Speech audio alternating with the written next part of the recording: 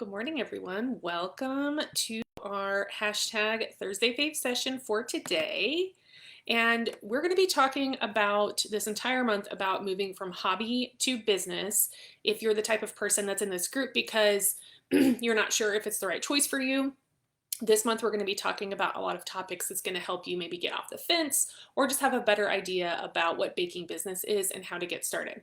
For today's topic, we're going to be talking about 3 questions that I would tell you to ask yourself before starting your baking business. And they're really just asking, are you ready? Different ways of asking, are you ready? And kind of getting to the bottom of why it is you want to do this. I think asking these questions now is really going to help you create a better business that's more suited to you, or to leave it on the back burner for a little bit if what I'm saying today is going to make you feel like maybe this isn't the best choice right now. My main goal is just to help you make the best choice for yourself and your family. If we've never met before, welcome. I'm Melissa Fryer with Build a Better Bakery. And what I like to do is help bakers gain control. I know a lot of times when we're doing this, it's a lot of work and there's a lot of moving parts around us. So really getting that control back, I think, is important. And holding on to the joy at the same time so you're still excited to bake and you're excited to do what it is that you do. Burnout is a very real thing in this industry. So kind of juggling those two things, I think, is really important. And then also creating a sustainable income on top of all of this so you can keep your doors open and you can make this business worth your time so that it is, creating a better environment for you to stay open. And as a professional baker myself, for close to 20 years with experience in the commercial space as well as the cottage or home bakery space, I'm here for you and I'm here to answer your questions. So if you're here on the replay, go ahead and throw up your hashtag replay. Let me see if I can see the stream yet so I can check the comments. Okay, whenever the stream pops up, I'll be able to see comments. So if you're here live, go ahead and throw up your hashtag live. Here at Build a Better Bakery, the theme for this month is a path from hobby to selling. So every Thursday, I'm going to come in here and distill some of the most common questions or situations I see as a mentor when it comes to starting your business, and just helping people get off the fence, as I mentioned before. And this is also for people who are new to the business space. Let's say you've already started your business, but you're looking for some reassurance. These topics are going to help kind of cover some things you're probably dealing with right now. Today's topic is all about asking yourself a few key questions before you get started so you can be better prepared as you move forward, but also just more confident in your choice that what you're doing is right for you. And I think you're going to find it helpful. So if you are here live, go ahead and throw up your hashtag live. That will let me know that you're here. And if you want to stay in the know about these sessions, I like to be on here for a few minutes every Thursday. You can check events in the group. You'll see everything that's up for July. You can mark yourself as going to get reminders from Facebook if you would like to attend. But they always happen here in the main discussion community area so everyone can see it. You can also send Melissa Fryer, that's me, a friend request on Facebook to get an invite as I make the events. So you will get invited to the next set of events that are made. You can hang out on the email list. That's a great place to be. It's free to be there. And what I like to do is send out emails with resources, direct replay links to these sessions. Anything we have going on, you'll know about it through email. Or you can also subscribe to our YouTube channel, which I would suggest doing that anyway if you're on the platform, because it's a really good place to get replays on demand. They are usually going to be in the featured section here in the group, but over on YouTube, it's just easier to move through the videos. So that's definitely a place I would be too. As I mentioned, live every Thursday at 9 a.m. Mountain Time right here in this group. I do want to bring up that I might transition over to YouTube fully at some point. So definitely, if you want to stay in contact, get over there and subscribe so you don't miss that transition. And I'm really doing this just to get you some new fresh content weekly, keep people engaged, make sure that you can get in here and ask some questions about a topic if you feel like you'd like a little mentorship or you just want to talk about whatever it is going on in the session with me directly. Okay, let me see if I can see the comments yet. I don't know why it takes so long for it to load up on this side. Okay, so we're going to hop right in with the first question. What is the why behind this desire?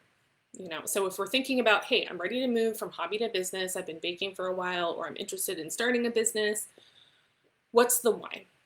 For many people, finding the why early on is going to not only clarify your options as far as what is it that you're really trying to get at, because baking business might not actually be the answer. So clarifying your options as far as, how can I get to my why?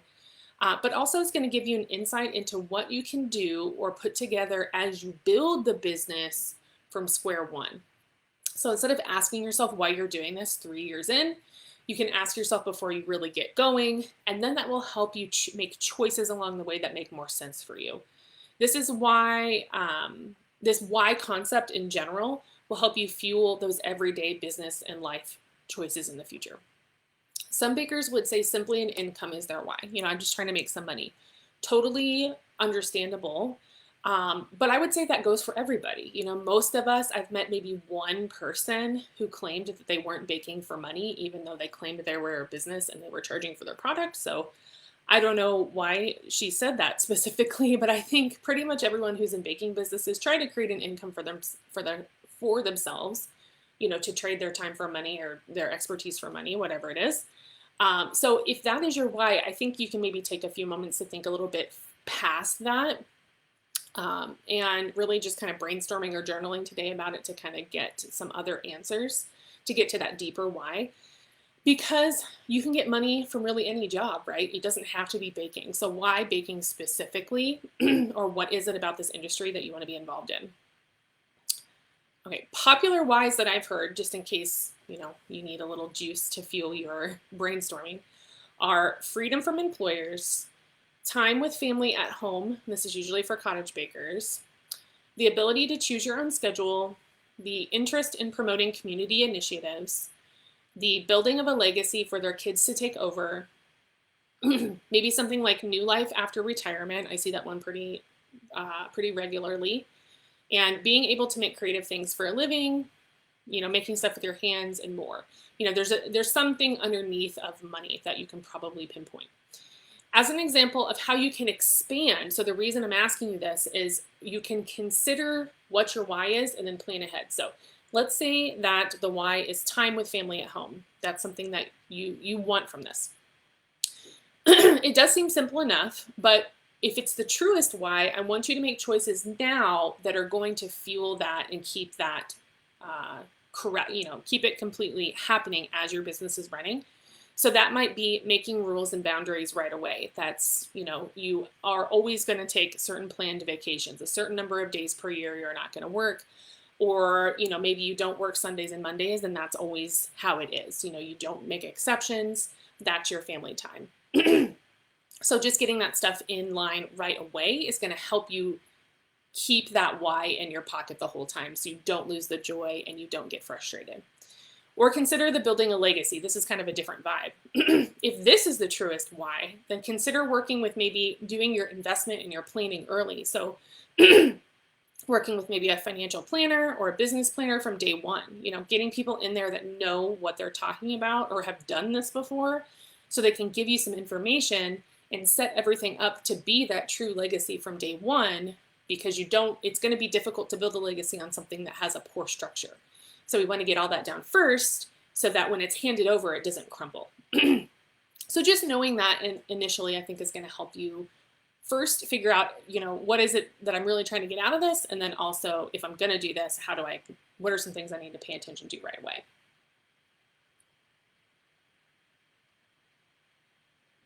Oh, still not seeing it come up, which is kind of weird. Okay. And if you have your own why that you'd like to share, just go ahead and pop it in the comments. Okay, it looks like I can see comments on here too. So if anyone's commenting and I'm not responding, I apologize. I will get back to you later. Okay, let's go to this next one here. Okay, the second question to ask yourself is, are you ready to invest? This is likely going to be both money and time. It's going to be pretty difficult to do this without both of those together. You might be able to move the needle on which is more and which is less, but it really does take both. One of the biggest mistakes I see people make who want to move from hobby to business is they don't consider or respect that it's more investment than the hobby. They think they can just kind of roll into it and just immediately turn a hobby into a business. If you've never done this before, if you don't know what that means, you're likely not investing enough. I see some people where they put in the minimal amount of effort in the transition. They don't check any laws. They don't check the market around them. They don't price correctly. They don't taste test their products out. And they go and try to build this business, and then they get frustrated because it's not working very well. They're not getting sales. People don't like their products, etc. And it really is more, I think, to do with the preparation that didn't happen than anything else, because it still looks and runs like a hobby. And so I do think that there is a true shift when you move from hobby to business, especially in your mind. And it's an understanding that you're now in the driver's seat. You know, you're accountable. The outcome for what you're doing matters, and anything that's happening is going to count towards the record of this business.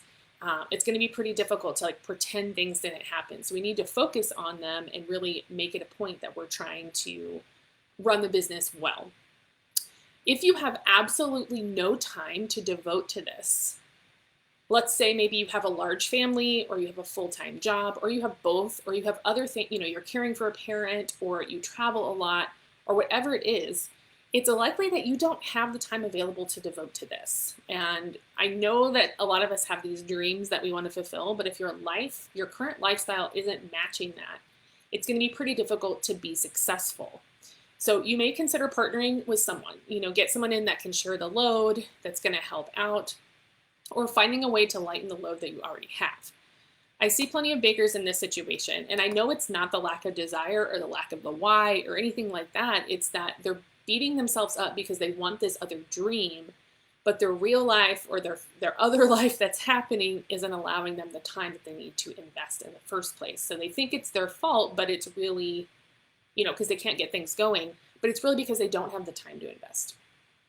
And on the same note, if you don't have the means or the ability to invest any money in your business, you're kind of starting off on the wrong foot. And I understand some of us need to get, you know, we need to get some kind of grant, or we need to get some kind of loan or a family loan, or we need to, you know, sell something or whatever. I understand that capital is one of the biggest questions that I get asked about. And I think those people are actually on the right foot because they understand they need something there to be able to get what they need to have a higher quality business in place. So what I would suggest is I don't think you want to enter into the business market without a refined feel.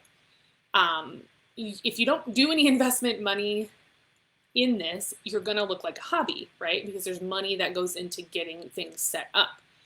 People will remember that part of your entrance into the market, and it will likely degrade the trust factor from those first few clients that you're going to attract or that are going to be interested. They might not have the best experience with you because there hasn't been any money invested in what it is you're offering them. What I see a lot is low quality ingredients because they're just getting started. So they don't want to go out and buy the good chocolate. They don't want to go out and buy, you know, the best flour or whatever it is that you're using. They're using subpar ingredients so that they're not having to pay as much to make the product. But if that's not really what you want to sell and that's not going to be your product long term, I wouldn't suggest starting there. I also see a lot of inappropriate packaging, you know, packaging that doesn't really fit, that damages the product, or no packaging at all, stuff like that. That's also going to be an issue. So don't allow the customer to have a low quality experience just because you aren't ready to invest in your business. Do you have to go out and get a website right away? Do you have to go out and get a logo right away? No, some of this other stuff can wait, but the actual experience that the customer has with your product is very important. So just know that if you're going to invest anything, I would really suggest starting there with the product itself and moving outward to make sure that whatever's landing in the hands of the clients is top notch. And if you're just not ready, keep it a hobby until you're ready. You know, sell to family and friends. Don't call yourself a business. Just get what you need to get in a hobby setting so that you're not putting yourself in the business market while you're a hobby, which is going to be bad for you and for the other businesses overall. All right, double check one more time here.